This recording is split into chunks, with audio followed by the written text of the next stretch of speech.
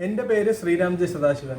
ഞാൻ Brilliant study centre പാലയുടെ IIT JEE hybrid batch Ernakulam central class 11ലെ സ്റ്റുഡൻ്റാണ്. ഞാൻ NTSC 2021 ലെവൽ 1 കേരള ക്ലിയർ ചെയ്തു. ഞാനിപ്പോൾ എൻ്റെ പരീക്ഷയിൽ പ്രയോഗിച്ച കുറച്ച് ടിപ്സ് ആൻഡ് ട്രിക്സ് നിങ്ങളായി ഷെയർ ചെയ്യാൻ ആഗ്രഹിക്കുന്നു. NTSCയിൽ 2 പേപ്പറുകളാണുള്ളത് 100 മാർക്കിൻ്റെ. ആദ്യത്തെ പേപ്പർ മാറ്റ് അഥവാ മെൻ്റൽ എബിലിറ്റി ടെസ്റ്റ്, രണ്ടാമത്തെ പേപ്പർ സാറ്റ് അഥവാ സ്കോളാസ്റ്റിക് ആപ്റ്റിറ്റ്യൂഡ് ടെസ്റ്റ്. സാറ്റ് പേപ്പറിനകത്ത് 40 mark social science, 20 mark maths, 13 mark physics, 13 mark chemistry, 14 mark biology എന്നിങ്ങനെയാണ് ക്രമപ്പെടുത്തിയിരിക്കുന്നത്. ആദ്യം ഞാൻ പറയാൻ പോകുന്നത് മാറ്റ് അഥവാ മെൻ്റൽ എബിലിറ്റി ടെസ്റ്റിനെ കുറിച്ചാണ്.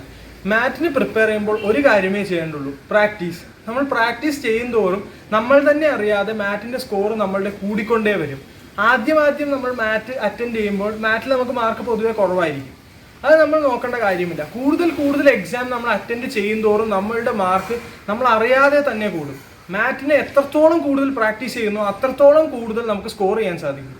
സാറ്റ് പേപ്പർ NTSC ലെവൽ 1ന് എപ്പോഴും SCERT സിലബസ് ബേസ്ഡ് ആയിരിക്കും. Physics, chemistry, biology, maths. SCERTയുടെയും NCERTയുടെയും അധികം വ്യത്യാസമൊന്നും ഉണ്ടാവില്ല. പക്ഷെ സോഷ്യൽ സയൻസ് SCERTയുടെയും NCERTയുടെയും വളരെയധികം വ്യത്യാസമുണ്ട്.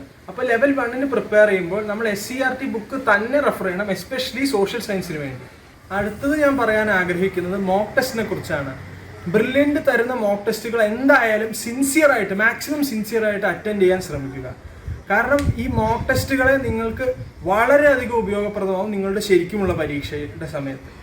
നമ്മൾ ചെയ്യുന്തോറും നമ്മളുടെ ലെവൽ എന്തായാലും ഗ്രാജുവലി നമ്മൾ അറിയാതെ തന്നെ ഇൻക്രീസ് ചെയ്തു തുടങ്ങും. നിങ്ങൾ ആദ്യം എഴുതുമ്പോൾ മാർക്ക് വളരെ കുറവായിരിക്കും. ഇത് നമ്മൾ ചെയ്യാത്ത കാര്യമാണ് നമ്മൾ ആദ്യമായി ചെയ്യുന്നത്. അതുകൊണ്ട് നമ്മളത് മൈൻഡ് ചെയ്യാൻ പോകരുത്. നമ്മൾ ചെയ്യുന്തോറും അവസാനം NTSCയുടെ പരീക്ഷയുടെ അടുത്തെത്തുമ്പോഴത്തേക്കും ബ്രില്യൻ്റ് നമ്മളെ NTSC ക്വാളിഫൈ ചെയ്യാനുള്ള ലെവലിലേക്ക് എക്സാംസും സ്റ്റഡി മെറ്റീരിയലും പഠിച്ചു കഴിഞ്ഞ് കഴിഞ്ഞാൽ ബ്രില്യൻസ് നമ്മൾ അവിടെ എത്തിക്കും. ബ്രില്യൻറ്റിൻ്റെ മോക്ക് ടെസ്റ്റിലുള്ള ക്വസ്റ്റ്യൻസ് ആക്ച്വൽ NTSC ലെവൽ 1നേക്കാൾ വളരെ ഹൈ ലെവലായിരുന്നുകൊണ്ട് NTSC ലെവൽ 1 പേപ്പർ ഞാൻ അറ്റൻഡ് ചെയ്ത സമയത്ത് എനിക്കത് വളരെ ഈസി ആയിട്ടും കറക്റ്റ് ടൈമിലും ഫിനിഷ് ചെയ്യാൻ സാധിച്ചു. ബ്രില്യൻറ്റിലെ പ്രൊഫസർമാർ കട്ടിയായിട്ടുള്ള ടോപ്പിക്സ് നമുക്ക് വളരെ ലഘുവായിട്ട് മനസ്സിലാക്കി തരുന്നതുകൊണ്ടും മാത്ത് പ്രൊഫസേഴ്സ് നമുക്ക് ക്വസ്റ്റ്യൻസ് ചെയ്യാനുള്ള ഈസി ട്രിക്സ് പറഞ്ഞു തരുന്നതുകൊണ്ടും നമുക്ക് ഒരുപാട് ടൈം എനിക്ക് സേവ് ചെയ്യാൻ സാധിച്ചു NTSC ലെവൽ 1ൻ്റെ സമയത്ത്. നിങ്ങൾ ബ്രില്യൻറ്റിൻ്റെ ക്ലാസ്സസ് പ്രോപ്പറായി അറ്റൻഡ് ചെയ്ത് എക്സാം മാക്സിമം സിൻസിയറായിട്ട് അറ്റൻഡ് ചെയ്ത് കഴിഞ്ഞാൽ നിങ്ങൾക്ക് എല്ലാവർക്കും NTSC ലെവൽ 1 ക്ലിയർ ചെയ്യാൻ സാധിക്കും. നിങ്ങൾക്ക് ക്ലിയർ ചെയ്യാൻ സാധിക്കട്ടെ എന്ന് ഞാൻ ഈശ്വരനോട് പ്രാർത്ഥിക്കുന്നു. എൻ്റെ ഈ അറിവ് നിങ്ങൾക്ക് ഓരോരുത്തർക്കും ഉപയോഗപ്രദമായി എന്ന് പ്രതീക്ഷിക്കുന്നു.